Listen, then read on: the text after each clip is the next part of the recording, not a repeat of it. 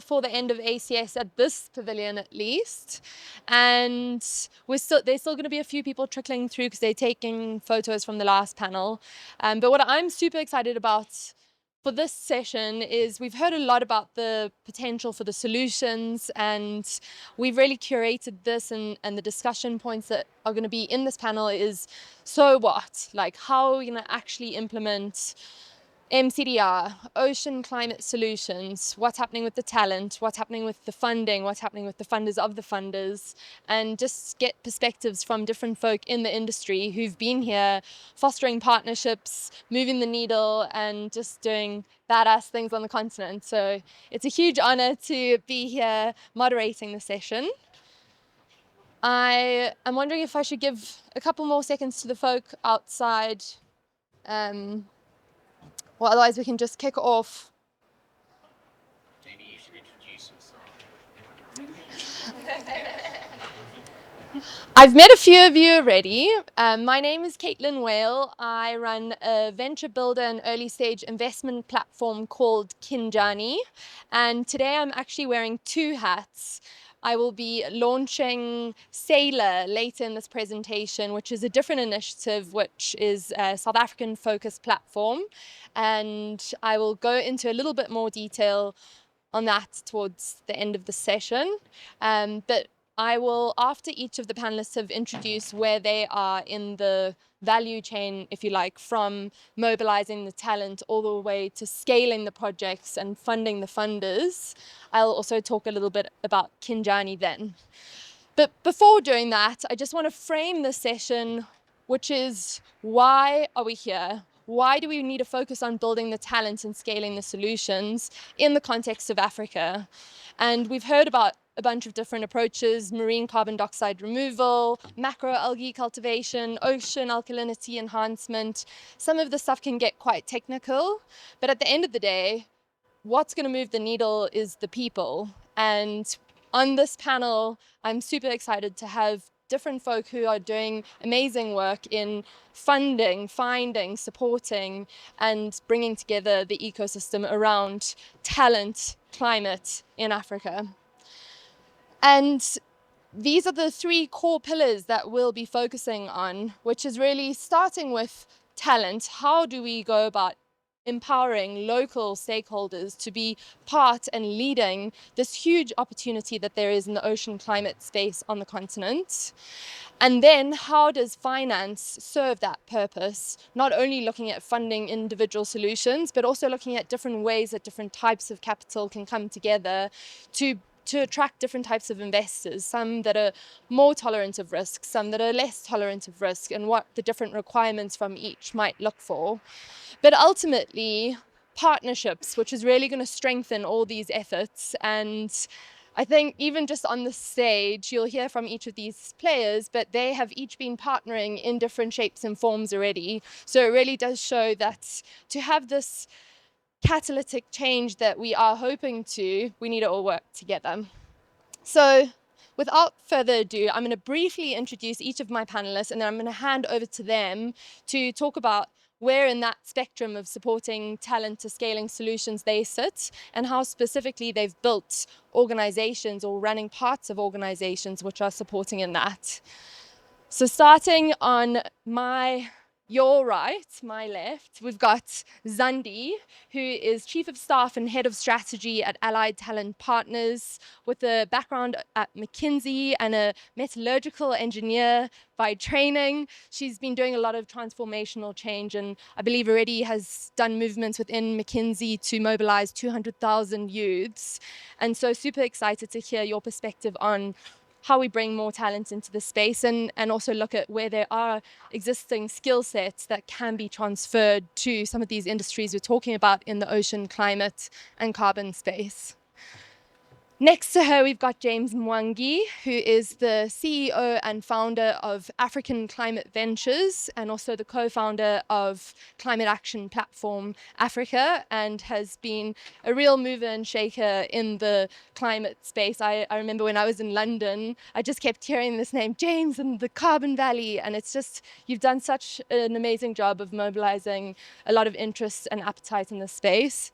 And before setting up ACV and CAPE. He was co-founder of Delberg and sits on a number of boards ranging from the Skoll Foundation to One Acre Fund to a whole bunch of others like Cocoa Networks, who I'm sure you know, and we'll hear more from how he's viewing the space and investing into the solutions. And last but not least, we've got Mary from FSD Africa, who is really looking at how financing works for the continent, and particularly looking at the early stage financing pillar. You've got an amazing ability to engage with people with where they are and work out how we can shape finance structures in a way that's malleable and works well. So excited to have you. And I've already mentioned I'm the founder and CEO of Kinjani. My background is also originally as an engineer, although I had a very brief stint in the mining industry in South Africa and have spent the last decade more in finance, and particularly climate finance and eventually venture capital. And excited to be really looking at how we bring more talent to move from ideas in the space to scaling solutions in the space. So without further ado, can I hand over to Zandi to please introduce yourself and Allied Talent Partners? Sure. Thanks so much, Caitlin. Can you hear me? Great. Okay, great. As Caitlin mentioned, I am from Allied Talent Partners. And what Allied Talent Partners is a mission-driven nonprofit that is really aiming at unlocking human capital, right? So we were founded by the Three Cans Group, which is an impact investment firm headquartered out of New York.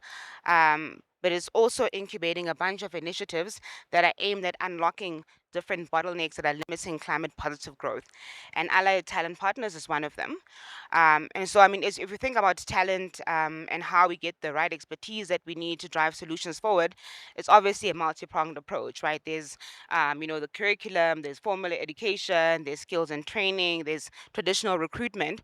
But what we are doing at ATP is in a very specific way and focusing on a proven marketplace model that is aiming at mobilizing the growing pool of independent, highly skilled professionals, right? So I think you're all aware of, the rise in the gig economy. We all know Uber, right? We like to say Allied Talent Partners is like Uber meets McKinsey in a way, all right? So we have a whole host of highly skilled individuals who, for different reasons, are choosing to work independently. Whether it's the ability to choose work that is more mission aligned, that is more aligned to what they feel speaks to purpose. Whether it's flexibility, like choosing when to work, how to work, where to work, and who to work with. And so these individuals are choosing more project based or fixed term work. But we also note that they have skills that are relevant to the climate space, that are relevant to enabling sustainable development. And so we are essentially casting a wide net to try and capture all this talent on our platform. We've been operating a little over 2.5 years, and to date, we've amassed over 5,000 of these professionals on our network. And what we're saying is the talent is there, it exists. We just need structured pathways in order to be able to mobilize it, right? Then we talk a lot about brain drain on the continent. And what we are trying to enable through ATP is more around continental brain trust. We're saying that some of the talent we need is already here, right? Let's access it, right? So on the one hand, we have this growing talent pool that we are tapping into. Then on the other hand, we're talking to organizations like Africa Climate Ventures, which was one of the first to take a chance on ATP when we were still prototyping this, and we helped them identify some geologists to support carbon reduction projects that was looking at enhanced rock weathering. All right, so we're talking to organizations like Africa Climate Ventures to say, if you're not tapping into this growing pool of independent talent, you're not optimizing your human capital strategy, right? Because firstly, this independent pool enables you to sort of ramp your capacity up and down as you need it, right?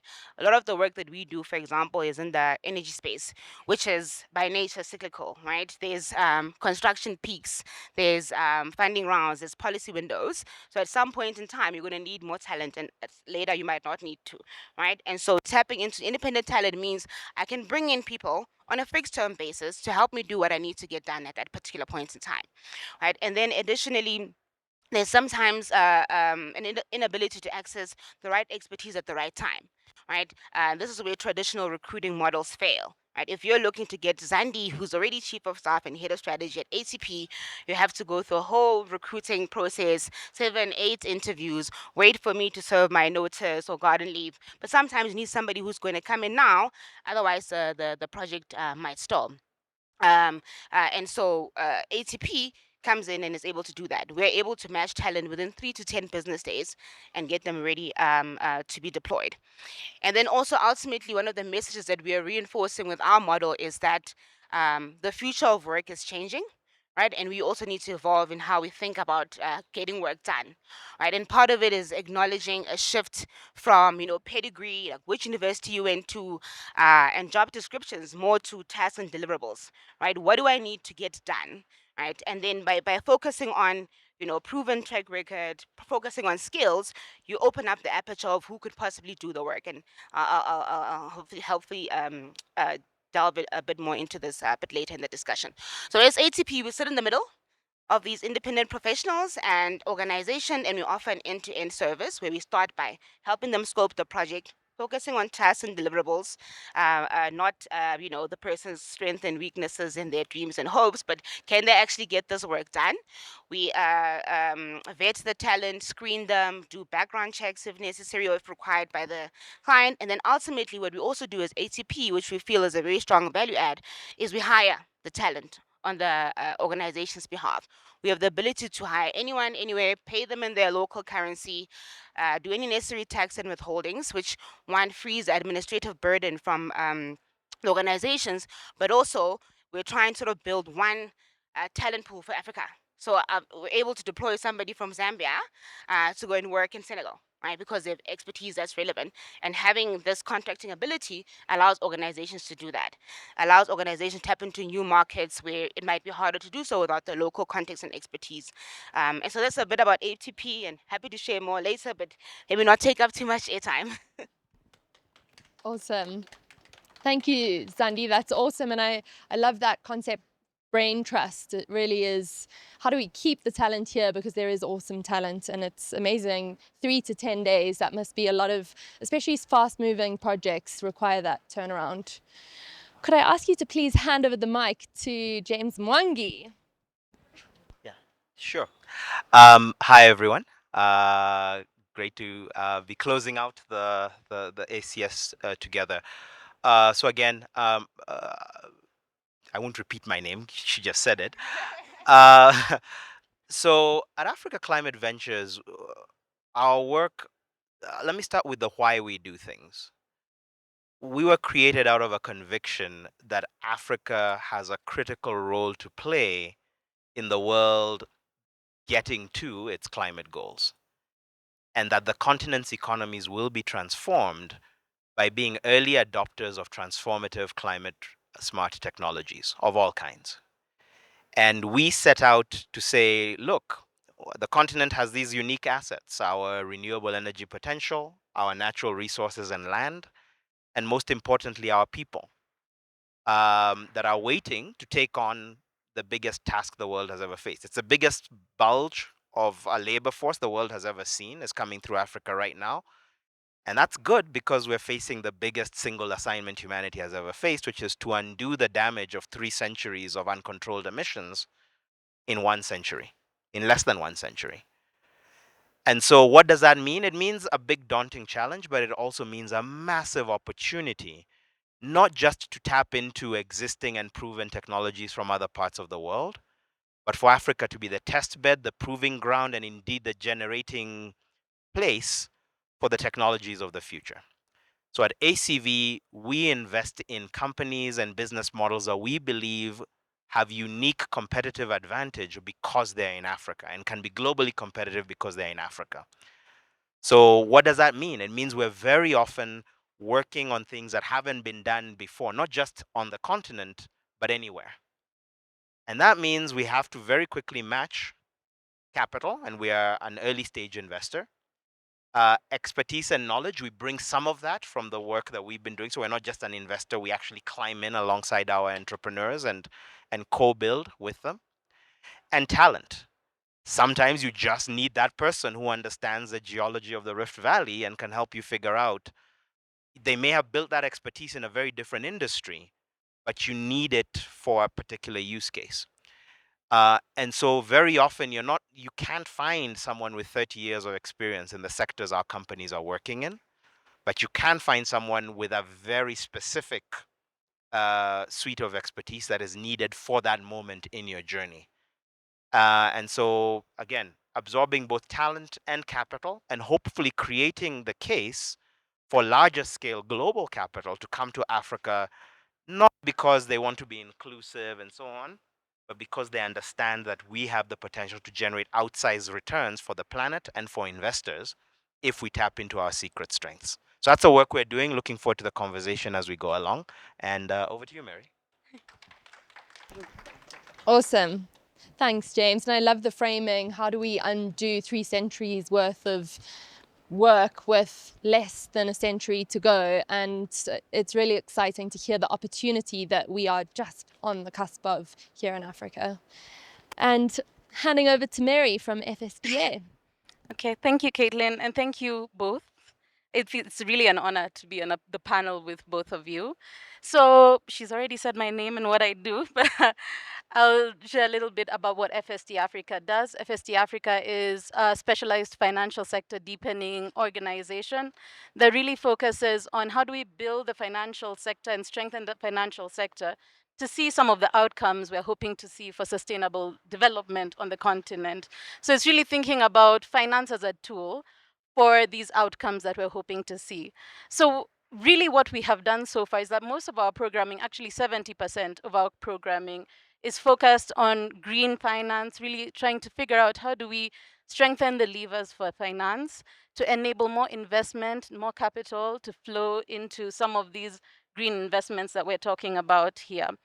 From an early stage perspective, that's really where I work. It's about growing SGBs, supporting SGBs who are solving for specific climate innovations, climate problems, and developing climate innovations that are really moving the needle when it comes to solving the problems on the continent. When we think about really talent development from the early stage finance perspective, I've just come from a session that we're actually running in another room that's really about developing green talent for the continent. What do green jobs look like? And, it's really because when we're solving for these challenges, we're developing new and novel, industries. We have to think about energy and clean energy. We have to think about e-mobility. And as much as there is talent on the continent, new skills also need to be developed. So I guess from our perspective, we don't look at it, we look at it, I guess, from two lenses. The SGB lens, they need new talent. They need to think about they need to have the talent to develop the solution, but also pull in really talented team members to support them in that journey. And I think that's been mentioned by both of my panel mates. But we also look at it from the perspective of, in order to deploy capital into these solutions, even the investors need new skills, new and novel skills. We see a lot of the capital providers in this space might be very passionate about the work that they're trying to do, but may not have the investment background, the investment skills, that they need to deploy funds. So the work we do is really about enabling new and novel funds and accelerators to test out new models to be able to accelerate, small and growing businesses in the space and kind of deliver capital into them. So we also have to build capacity for these new and novel financiers who we're trying to support. So we do that through something we call the venture finance platform within the early stage pillar. And what that means, what we do through that venture finance platform is we invest in alternative capital providers who are trying to do different things as it relates to sustainability, gender, and climate. And we try and provide them those skills that they're able then to kind of build out their investment teams, kind of raise capital, because that's a really critical element, be able to build the structures that they need to build within a fund to deploy capital, learn about the space as well, and then be able to really manage their investments and help them build out those teams. So really how we work is through grants, grant capital, technical assistance, and investment capital to see how we can do that. the other thing we do under that platform is to try and build capacity for the entire ecosystem in terms of developing learning products that can then provide kind of guidelines, as this is a new space, really deploying that early stage capital into small and growing businesses. So whether it's ESG guidelines, we're now going to do a bit of a study on value creation, which is really about what is the support that is being provided by these kind of early stage investors to the underlying small and growing businesses, right? Because we know that there's a lot of support that's needed along that continuum in that journey when you're starting off a new venture. The other work we're doing, of course, like I mentioned, is the accelerator work. So we work with Accelerator Teka is an example of that. Teka is triggering exponential climate action. It was actually one of the first venture launches on the continent that was really focused on launching climate solutions focused on building resilience on the continent. And so really what we were doing there is testing out a value creation or a support model alongside financing for these small and growing businesses and for these young people who are trying to build solutions for the continent, but maybe need a little bit more support and maybe kind of not necessarily understanding, because I think we these local people know that there's a challenge, but really trying to support them in naming the challenge, support them in really understanding what kind of solutions could look like for these challenges, and really build within their communities. So, I'll stop there. Awesome. Thank you. And thank you for also providing the technical assistance to the financiers as well, because I think there's so much focus on the talent, and that's amazing, and we need more of it.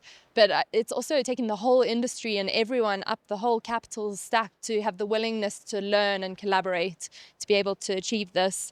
And we love Teka. We've actually got a Teka graduate over there. And I also appreciate what you spoke about with green jobs. And I think that actually segues nicely into the panel discussion. So I've got a few questions for the panelists, but please, popcorn style, if you have other thoughts that you want to feed in, please do. And likewise from the audience, if you have any burning questions, you raise your hand and we'll come to you. But maybe just to start off with Zandi, I posed the question, building ocean climate talent.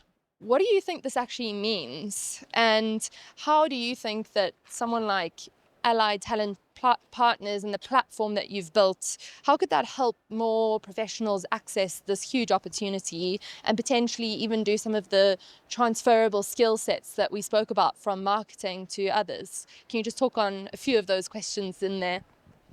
Sure, thank you. And I want to start by building on what Mary said earlier and what James also said. Mary said new skills are needed. James was talking about how, venturing into new areas where there aren't always people with 20 years of experience, but you need someone with the sweet expertise. So to build on that, new skills are needed. I want to say existing skills can be harnessed, right? And I think that should be a big portion of how we think about building ocean climate talent. So at ATP, admittedly, we have not done as much work in the ocean climate talent space. We're a new organization. The work we've done has primarily been more in the other climate areas like renewable energy and I participate in conversations like this, and hopefully building partnerships from today will look to delve more into this area. But I think a couple of points here. One is what's also limiting or acts as a barrier in how we grow ocean climate talent is, and I'll index a lot on ATP's model in my response, is awareness and pathways, right? On the awareness side, we have, like I mentioned, lots of talent on the continent. We have professionals, though, who don't see climate opportunities necessarily, right? They aren't aware of these climate opportunities. They aren't aware of how transferable their skill sets are and how these can be deployed to help do this work. But these are people who are mission driven. They want to do this work, but we need to find ways to mobilize them, right? So the talent base exists. It's stuck in inefficient and fragmented systems. And then on the pathway side, employers, organizations typically over-index and over-focus on traditional recruitment models, which yes, there'll always be a place for, but as we're seeing with this rise in the independent professional base, we need to think about how we tap into and leverage it. So as ATP, how we think we can help enable this. One is we have a huge focus on deploying African expertise, right? So when we look to deploy talent, we try to do it in concentric circles. So we start by saying, can we find somebody locally in the country? Can we find somebody within the region or Pan Africa before tapping into global expertise? And that's to ensure that as we think about driving ocean climate solutions for Africa, these are done with Africa and by Africans. But also a big portion of our talent base is also diaspora. It's also global professionals who have worked on the continent. And so another part of building ocean climate talent is thinking about how we bring these professionals in, but ensuring that when we do bring them in, we're building local capacity. They're training people on the continent. They're working closely with them to do capability building, to do knowledge sharing, and to also do training. Those are just some of the points I want to highlight. Yeah. Amazing. And I love the concentric circle model. It's very practical and the harnessing existing skills. And actually, just this morning, James and I were talking about some very technical biochar pyrolysis processes and how it can make ammonia. And I'm not going to ask you to repeat that, but you did a great job. But I'd love for you to maybe share on how collaborations between industry, from science to policy to finance, has played a crucial role in this space, particularly because some of these solutions are very technical and do require some support in getting to some of the financial decisions. So I'm going to call an audible and modify that question, because I think it's a lot more about the potential for those worlds to be built, um, as something, you know, I spent many years working with people thinking about how do you catalyze African research and technology development and so on. And there was always this sense that, yes, our universities and research institutions were doing research, but in most industries and sectors, there was this feeling that we were at least a couple of decades behind the frontier. And the amazing thing that we are finding across the range of climate action levers, oceans, land-based solutions, etc., is the frontier is now. Like, there's no place in the world that's more than 5 or 10 years behind the frontier, because all this work is a lot of these sectors and applications are relatively new, but they're building on work that is actually very place specific. And so we're often finding that we are among the, by virtue of the fact that we're genuinely looking for new applications of knowledge that our university and research institutions were generating, we're building rails that haven't previously existed as strongly across, so last week it wasn't about this particular biochar application that you mentioned, but it was a different conversation where we're able to engage ICRAF, that's been doing cutting edge research into the applications of biochar in the African context for years. We had a potential investor in us. We had a couple of folks thinking about how fertilizer markets are working. And we were actually having a conversation where everyone realized each of them had a different piece of this puzzle, but these circles haven't usually connected.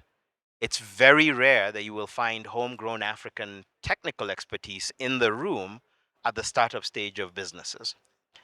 And if there's one insight that I'll put into the room, it is that as we're thinking about the future of, say, marine approaches to carbon removal, a lot of that is going to sit with people who've been studying the characteristics of our shorelines, the biodiversity of our coastlines, and so on. That's not expertise you'll import from elsewhere. It's expertise that you will tap that hasn't thought of itself as having market value. And conversely, our investors, our bankers, etc., will need to build a familiarity with that homegrown. You find bankers who are very familiar with taking templates that were developed for globally for global north markets and applying them to opportunities here.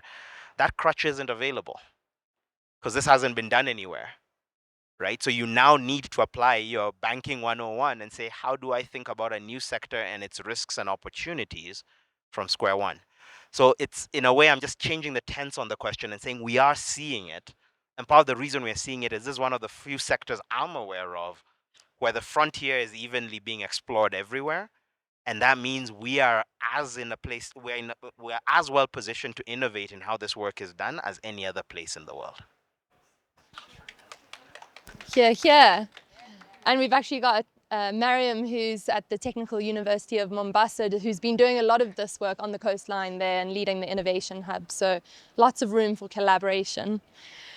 Coming on to Mary, please. I'd love to hear if you have any examples where you've seen early growing businesses transitioning from the early stage grant making to actually becoming more self-sustaining, and what's worked well in your experience. I think it's a really great question because it's something we grapple with a lot. We're still grappling with it from an FSD Africa standpoint and an ecosystem standpoint. We're finding that, these small and growing businesses, these early stage businesses are really getting stuck first in a rut. Once they get into that cycle of grant making, they're not getting out of it, easily. They are trying to raise capital from the same point. I've had people coming to small and growing businesses and they've gone to an investor, an early stage investor who's supposed to be looking at that space, and they say, you've gotten too many grants at this point. How are we going to look at this as a commercially viable model? So from our point of view, it's one of the challenges we're really trying to address by testing out new and novel structures. So like with Teka, it's not just about venture launching. It's not just about kind of acceleration. It's about how do we also embed from the start an element of you need to become commercially viable. So what we're doing in that case is saying, okay, it's a loan. It's a 0% loan if you reach a certain point, right? If you get to a certain raise, if you get to a certain level of clientele, revenue, whatever it might be, we're trying to test out that, for example. The other element is, what is the grant being used for? And does it actually, contribute to the business model or take away, the founder from really the core of the business, which is trying to get it to that commercial viability. We've had this discussion with you, Caitlin, quite a few times about, what should it look like at that very, very early stage. I do believe some element of grant is required, and whether that goes directly into, the company, or if it manifests as some kind of, venture building support through some consultant or some entrepreneur support organization who really knows how to do that stuff, then yes. But I think you need to try and get them out of that grant cycle as quickly as possible. It would be my, yeah. 100%. And actually, I'm going to repeat the discussion we had this morning at the panel that you had me on.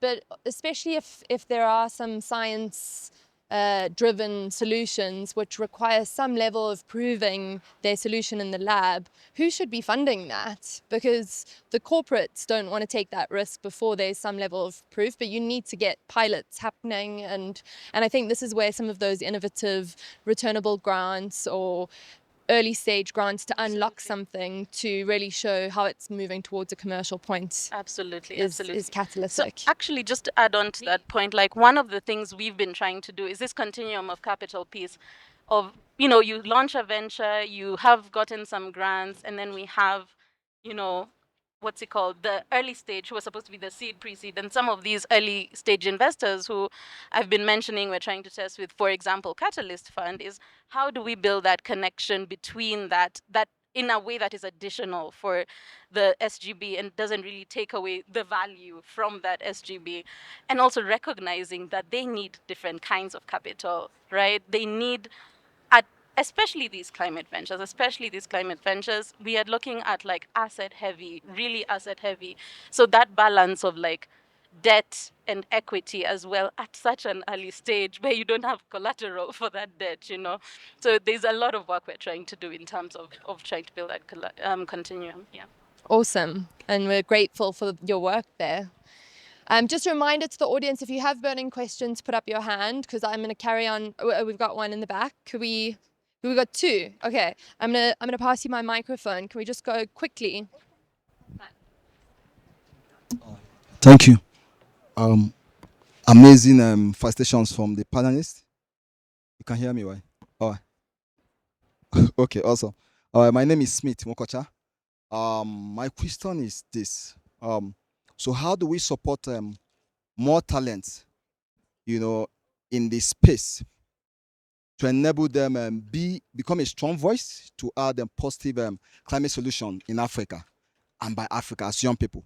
Then how do we also give them direction? Because a lot of young people don't have direction, they have talent, and I like just to emphasize on what Mary said about grant capital. I think that is what we need. We don't need loan. Young people need grant, grant capital, investment capital, capacity building to enable them have better skill in green space. So how do we amplify that? Thank you. Awesome, thank you. And I'm going to get one more question and then we'll move it back to the panel. Hello, my name is Mariam Swale, and I have two questions actually. So the first one is I know like Kenya, we have a lot of innovation hubs, incubators, everything. How do you make sure you invest in the right kind of talent and the right idea that is scalable? And then my second question is. Being in research, and I've seen so many wonderful ideas from researchers, but researchers are not business people. And there's that element of trust between business people and researchers. So is it viable to just convert these researchers into business people? Or how do you navigate that? Because I feel like we're missing a lot of opportunities, especially in the science world and from researchers. Yeah, thanks. Awesome. Do you want to go first, Mary, to answer the first question? Remind me the first question. Repeat. Yeah. So I think the first question is around the power of grants and really catalyzing early stage solutions, and providing that direction of travel for young people. Yeah, it's interesting because I found that my answers to both questions actually would go back to the work we're doing with Teka a lot, because really that's why it was designed, right?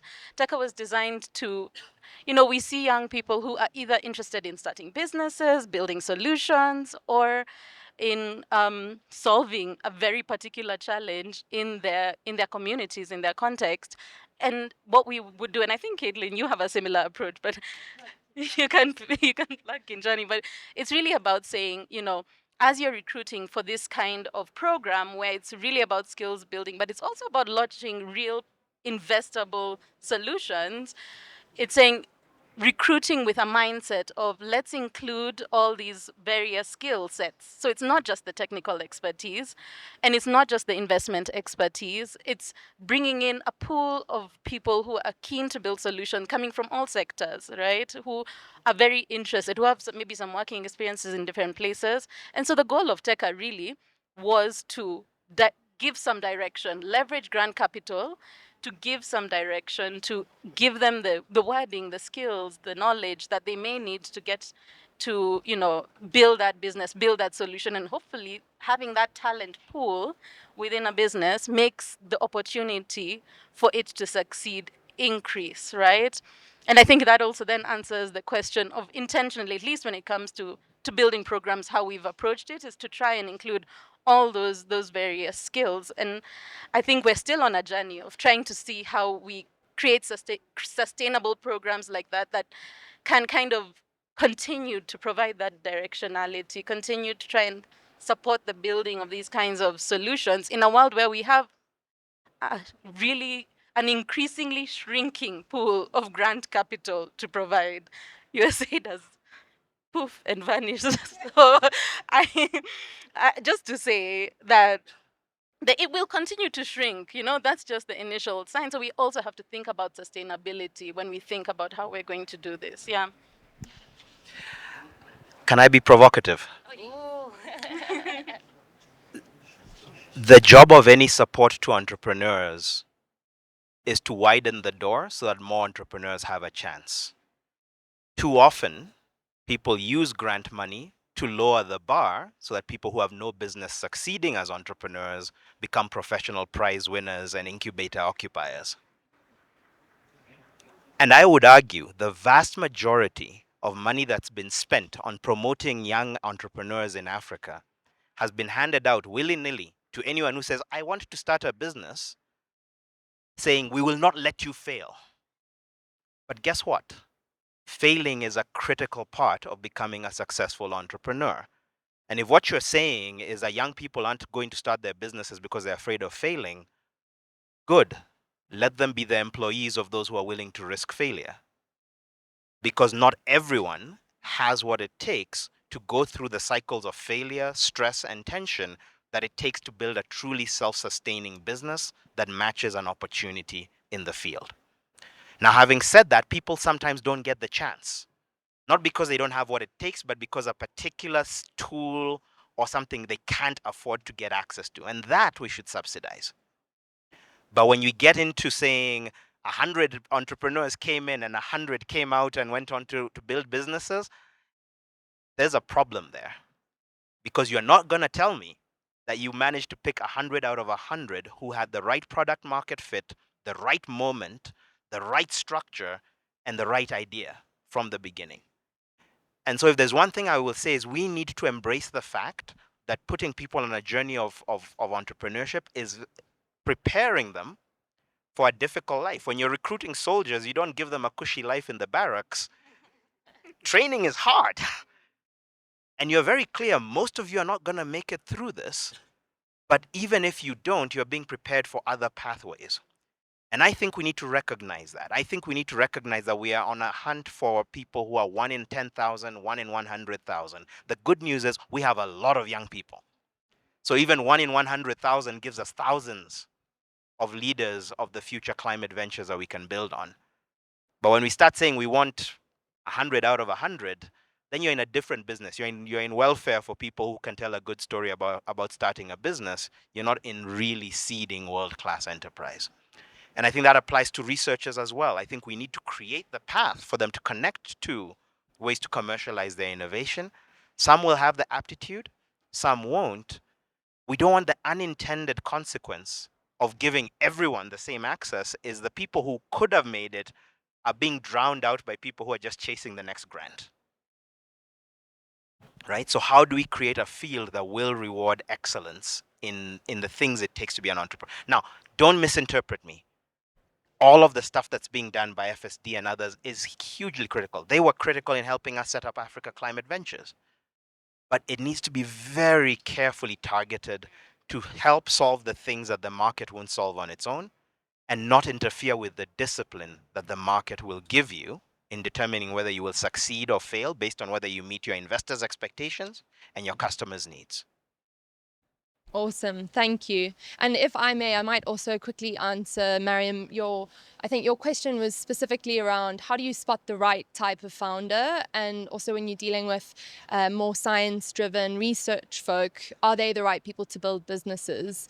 And I've been in the venture capital space first in deep tech, so that was IP-rich companies, and we typically wouldn't even look at them unless there was a PhD in the founding team.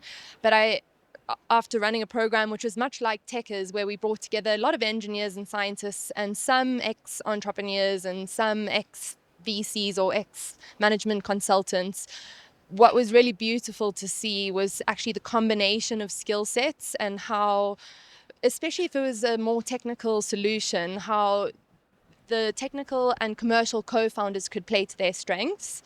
And there's no formula. So I think the willingness to support, and then particularly if it's a science-driven solution, the patience to enable them to go through the motions of figuring out what works.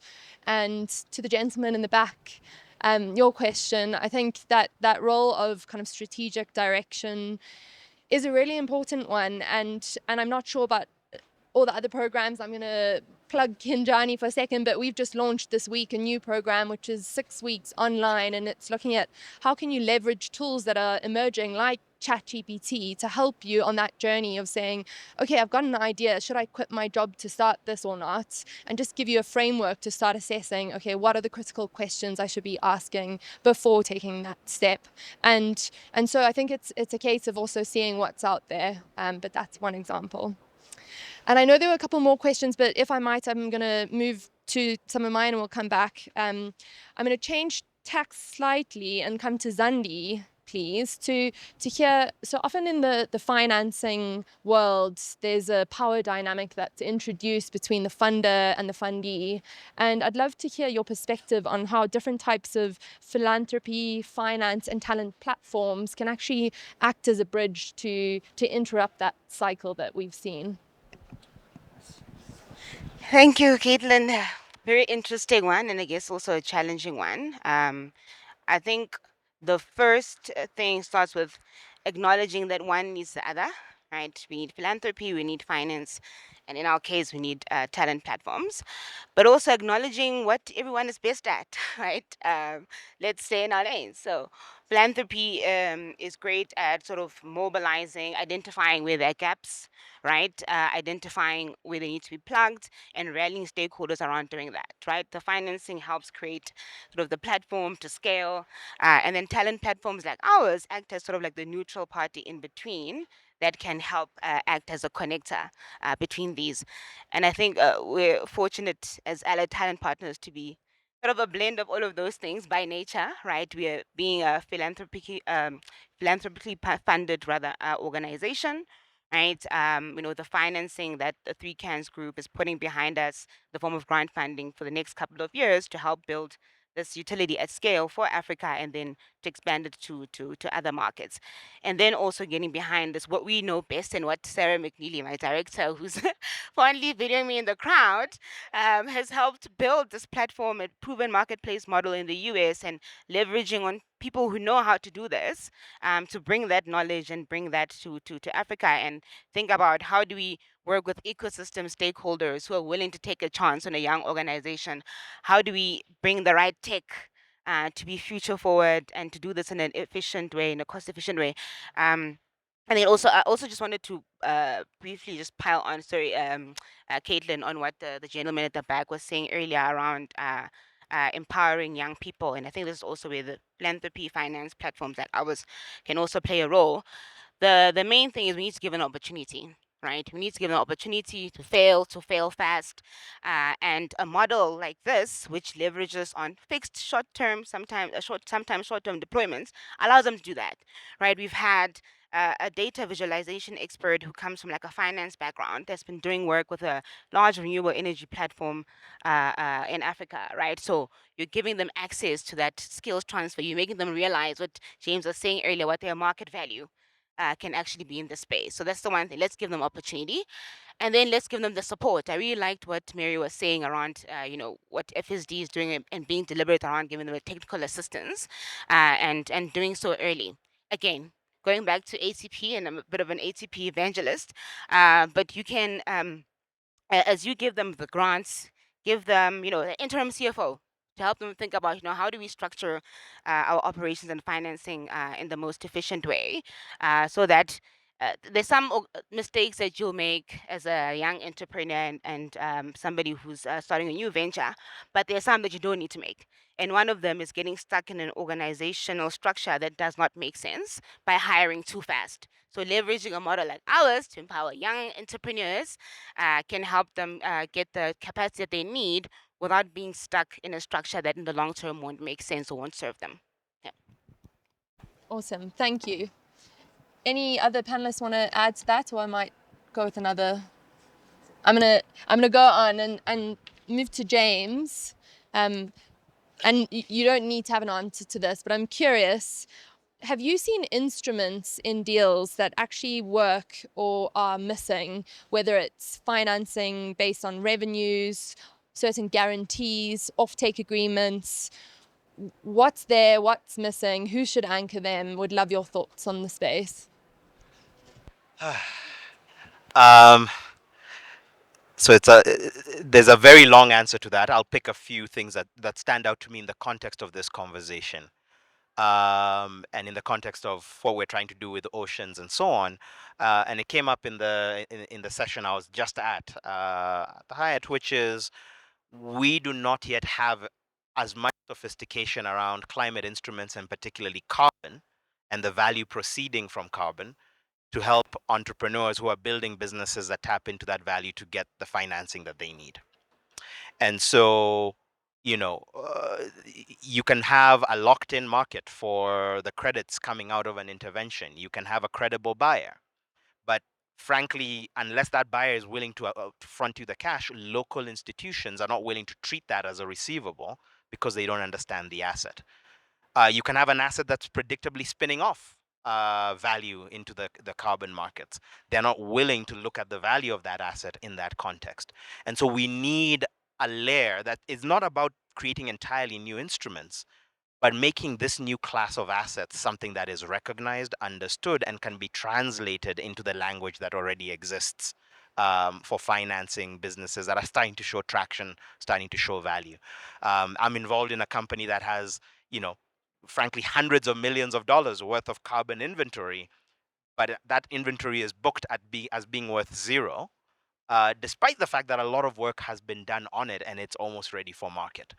So you need to move away from that, because otherwise it just introduces really strange behavior and puts entrepreneurs at a disadvantage. Instead of maximizing the long-term value of your business, you're trying to figure out, maybe I'll buy a building so that I can borrow against the building. It's a capital inefficient way to do things, but it's potentially a smart thing to do, because you're going to need some collateral to back your access to credit.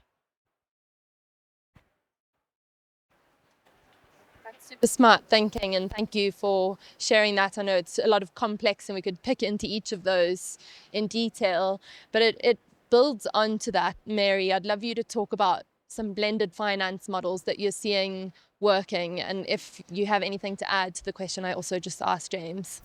Yeah, I think, like James said, it's a new space. We're all really trying to figure it out while doing. We're trying to fail fast, and so no, I wouldn't say that there's like a particular model that I would say is we are seeing has worked and is working.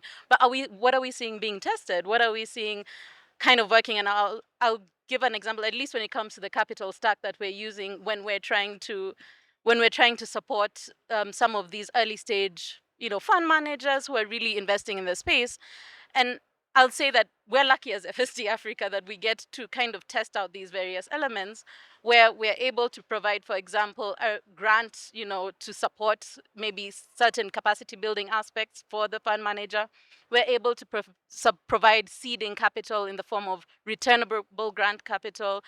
One of the examples I have of this actually is that we have been able to support a fund to get very close to their final close, providing the first capital of returnable grant capital as the layer that sits right at the bottom of that capital stack, having concessional investment capital that sits then on top of that, and then being able to attract in the DFI capital, who can then come in and really close the gap in terms of financing, enable them to really start to move finance into these early stage ventures, and then de-risking that with targeted venture building support that really speaks to the needs of the company, bespoke, so that they're able to kind of provide value back into the investors that are coming onto the stack.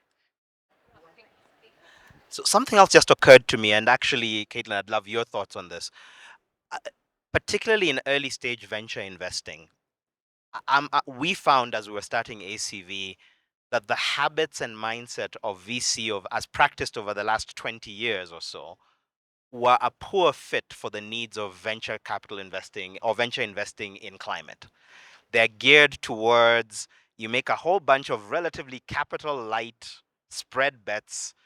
Someone is going to get traction in a market that doesn't require that. It's all about just rapidly building scale. It's platform logic. It's digital platform logic. And so the way that the model is constructed, the way that you're taught to think about round after round of capital, is fundamentally ill-suited to an environment where you're actually building physical stuff. Like our most promising venture right now, the big problem is the axle on the grinder keeps breaking. That is a very different set of issues than, oh, the app is not getting enough downloads, right? It's a very different way that you're burning through capital. It's a very different financing challenge. And we're finding that you have to go a lot sooner from taking venture risk, which you have to do to get the idea started, to having to think about project finance, paths to various forms of credit. It's happening a lot earlier in a lot different way and a lot different sequence than if I was trying to do apps. And it's not a surprise that a lot of people went into climate VC early, all ended up doing apps.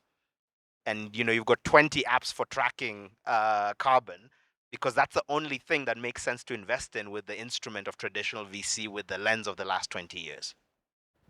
Yeah, I mean, you've added some great context there. Do you want to respond to that, Mary? And I'm happy to. I guess the base of what you're saying, James, is completely true. It's that the VC, models are not designed for, these kind of asset heavy. However, I will say that intentional VCs are finding, very high potential, not, digital only kind of, there are some really exciting examples. The winners of, the Earthshot Prize, Keep It Cool, which is, um, really getting traction now on its model, can kind of give us some insight into you need to think differently. And I don't think we can blanket, sweep it away, but we need to think about how to modify this model. And just to say, we are seeing, for example, venture debt coming in now a lot and really trying to test out venture debt for this space. But yeah. Yeah, that's really great. And I thank you for that important question, because we need a lot more funds. And I'm conscious we were talking about talent and solutions. We're going very technical into the financing, but I think it's really important, because if we go out and try raise a VC fund, we can't be marketing it as 10x returns like you would get from software companies. But actually, do we want these technologies to scale exponentially? Probably not. We want them to scale sustainably, but in an ecosystem that they are all interacting together. So I think what we're kind of getting towards is, how does more infrastructure type capital, the type of money you would need to build a wind farm, how can we bring that to some of these more novel solutions like marine carbon dioxide removal, where typically the investors who are backing them and guiding them on that journey are venture capitalists, but venture capitalists need to see that there's an exit. They are 10xing by 5 years, and that's just not possible. So I think what is good that we're seeing is, as you say, more venture debt coming in and different types of capital coming together, as we've been talking about with these blended models. And I guess what we're also wanting to do, and this is I'm going to segue into the announcement, but specifically with like science-driven solutions, how do you get that early proof point in the lab, and who should pay for it? And that probably shouldn't be money that is needing to be returned anytime soon, but it should be money that is treated with scarcity and the same discipline for potential success from a commercial perspective. And so I'm really excited to be joining a lot of the other ocean climate innovation hubs. We've got Shamim over there from Tanzania, Mariam somewhere from Kenya, Sophia from Morocco. There's all these hubs that are emerging, and we are launching Sailor. It's a play on words, and I wish I took it, but it's actually Leo who did. But it's specifically a hub which is in South Africa, looking at how can we de-risk early stage questions about the science. And it's in itself a non-profit entity. It's year and decade endorsed. It's working with partners like Ocean Visions, who have been convening players in the space. And so coming back to that point on partnerships, how do we work together and learn from the hubs that are in Kenya, Tanzania, South Africa, and also look at where do industrial supply chains come in? Who's going to be the ultimate buyers? How are we going to look at getting the pilots on the ground? And that comes with permitting. And so we're very excited to be working with the Stellenbosch University School for Climate Studies, who are providing governance and advice from both the South African carbon dioxide removal reference group that got set up yesterday, I believe, and SA-OCO, which is the South African Observatory for Carbon Capture in the Oceans. But really looking at how do we partner with folk around the space to move the needle, particularly looking at marine carbon dioxide removal, whether that's ocean alkalinity enhancement, so helping remove a lot of the acid that's happening in the ocean. But it could also be through macroalgae cultivation, which I know, and this is more looking at a regional level, but there's efforts going on which are trying to make the kelp growing beds a UNESCO protected site. And so we're looking to work with partners who've been engaging the communities on the ground to understand actually what what's happening already, and I'm super excited to be one of the partners on this journey, and excited to be here as we talk about talent mobilization, partnerships, and showcasing some of the amazing entrepreneurs that we do have on this continent. And what we hope to do through this initiative is build the technical capacity and governance frameworks in a way that works on the 10-year horizon. So looking at how do we get the science out of the lab and doing early pilots in a way that's safe, with levels of governance that have been brought in with consideration with communities, with innovators, with industry, with policy, and with science. And so if you want to hear more about that, please come and find me afterwards. But really, like what a lot of we're looking to do here is act as a bridge, because we hear about funding that wants to come to the continent and to catalyze change, and we need more actors, and we've got a lot of hubs just represented in this room across the continent who are doing exactly that. And so without further ado, I'm going to move to you guys in the audience to ask your questions to this amazing panel who've really shared some amazing highlights from how we get the talent, the finance, and the partnerships to work to really scale the solutions on the ground, which is what we ultimately want.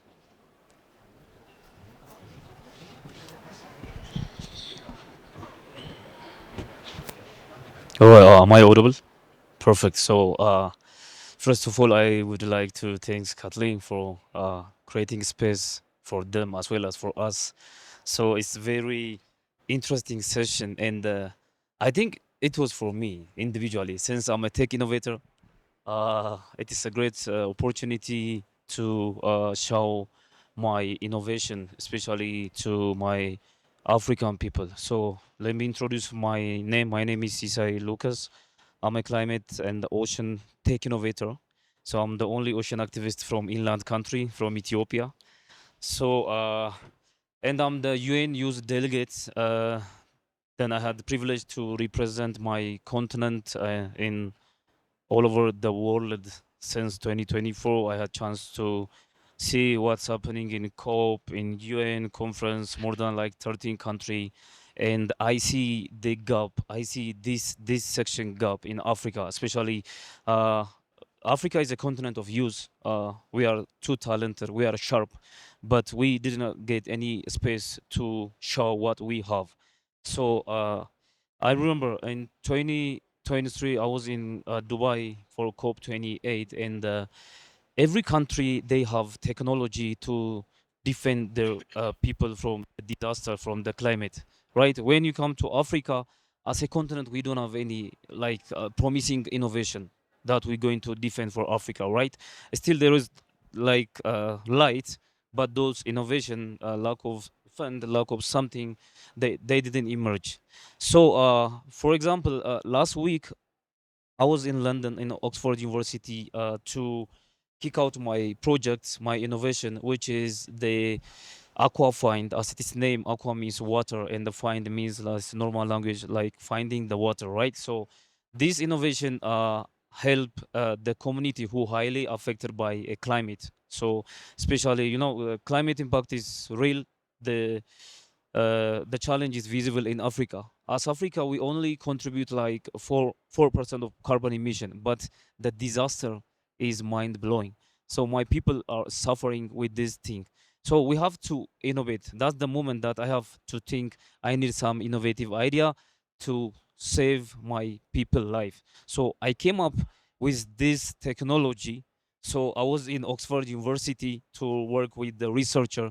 So they gave me all right. They gave me like a better way to implement this project. But I was thinking that if I work with them, I'm going to charge my people with high expensive price to use this technology.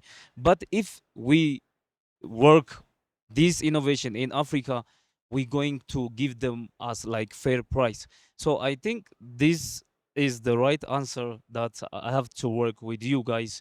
We do have a lot of innovation. Like, is there any promising platform that take our seed and work on that and give a solution to my African brother and the sister? That will be my question for you. Thank you so much. So the question is there a platform that can? Platform that take our idea as a seed because we're getting a lot of offer from the Western to Yeah. work with them. But if we work with them, it's like Yes, life got it. for me is fine. But Cool. when we go to Africa, we're going to charge. I think I understand. So the question is there a platform that you could work with to take this idea from an idea to market better in Africa? Yeah. And I mean, we've heard about a couple of examples. Teka would be a brilliant one. Kinjani, we run programs from that stage. I'm sure Allied Talent Partners, in terms of the right types of people who could help, would be a platform that you could turn to find that. Is there anything else from the panel that you'd like to add? Well, I think looking around for which investors out there are investing in things like what you're doing and getting them to look at your idea. Something I've learned to love is that the best answer you can get from an investor is a quick yes. The second best answer is a quick no. And so figure out where there's a fit and why or why not the fit, and also really try to understand, is your idea really additive? Is it something that, how is it different? So I would say put it out there, get ready to hear a lot of no's and to get a lot of doors shut in your face. And that's fine because you're looking for the right fit. So that's just the only thing I'd suggest is look for the quick no's and hopefully a quick yes somewhere. And maybe also to add, if you are wanting it to be a commercial venture, then you need to figure out, are people going to pay? And if so, who? Before you raise capital, because if that isn't the case, then you probably don't want venture capital, you want grant capital. So figuring out what's the problem you're solving, who's going to pay for it or not pay for it, and then you backwards engineer then who's the right type of funders to support you getting that to market.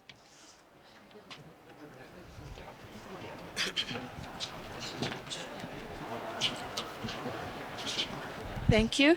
Hi, everyone. My name is Comfort Francis.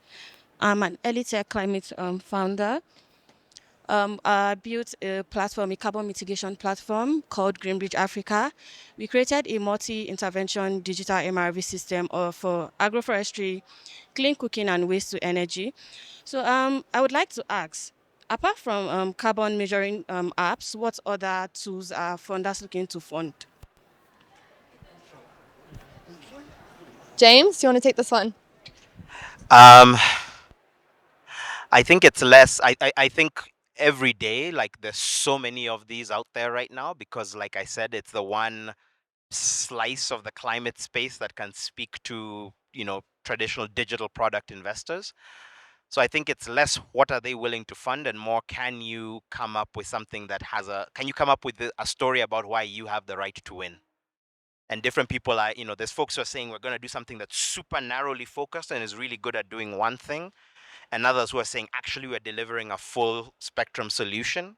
And some of it is, can you show market traction? I think it really will boil down to who and where is your customer.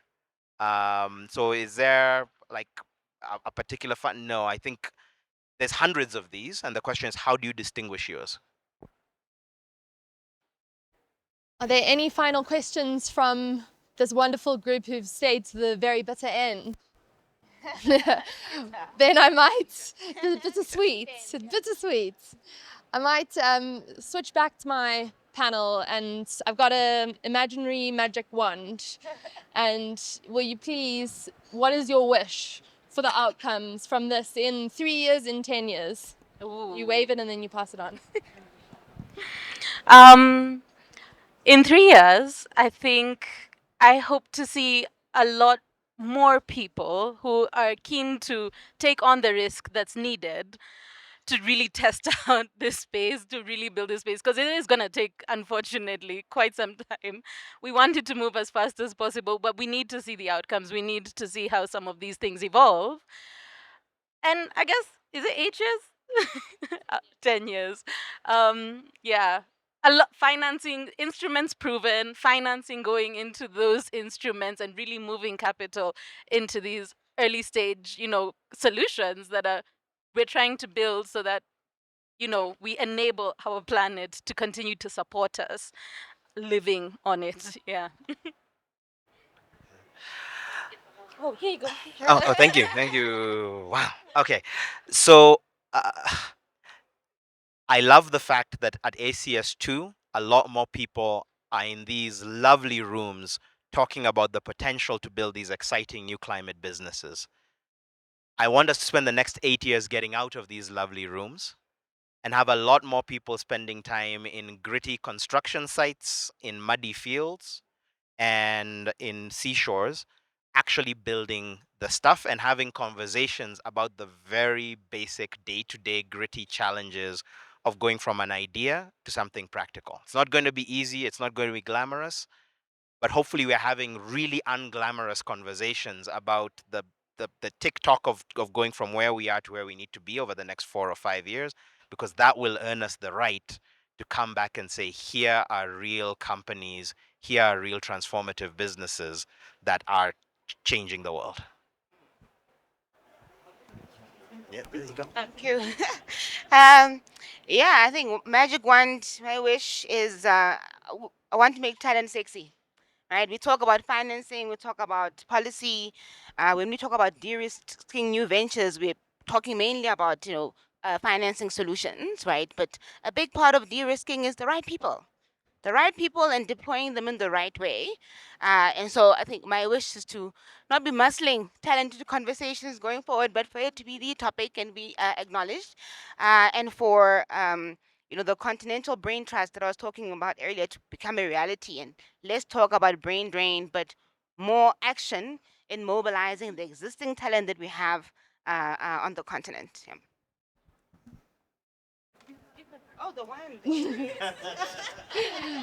I wish for all of these things to come true. No, but in all seriousness, this has been such a rich conversation talking about what is it going to take to actually action some of these goals, and we're going to need a lot of help. We're going to need a lot of tolerance and grit, and it's awesome to hear the different initiatives. And my wish is similar in, yeah, I think in 3 years to have pilots being done. So we've spoken a lot about marine carbon dioxide removal in this room over the past week. Like, let's get it out of the lab and start doing trials in a way that's safe, that we're bringing everyone in together, and stop talking about it on panels. And then in 10 years, let's have like tens of thousands of people so excited to go and work on one of those companies and scaling it. So I feel like we've got all the right ingredients here, and let's see where we are. Let's hopefully not be here sitting in 3 years' time. No, I want to say a huge thank you. Can we have a round of applause for this awesome panel? Thank you. Yeah.